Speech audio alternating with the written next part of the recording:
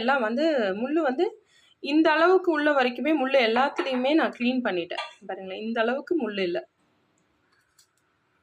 எல்லாத்துலேயுமே இந்த அளவுக்கு முள்ளு க்ளீன் பண்ணியாச்சு.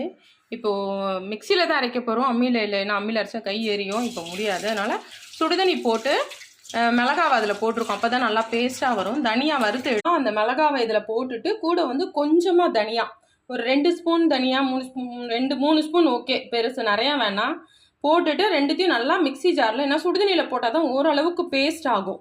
அதனால் அது ரெண்டுத்தையும் போட்டு நல்லா நம்ம பேஸ்ட் பண்ணி இந்த புளி தண்ணியில் அரைச்ச மசாலாவை சேர்த்துக்கலாம். ஏன்னா காஞ்ச மிளகாய், தனியா, தக்காளி, வெங்காயம் எல்லாத்தையும் சேர்த்து நல்லா பேஸ்ட் பண்ணியாச்சு. அவ்வளோதான். ஊற்ற வேண்டியதுதான். கொதிச்சோன்னா மீனை போட வேண்டியதுதான். தக்காளி வெங்காயம் நல்லா வதங்கிருச்சு. கூட்டி வச்சோம்.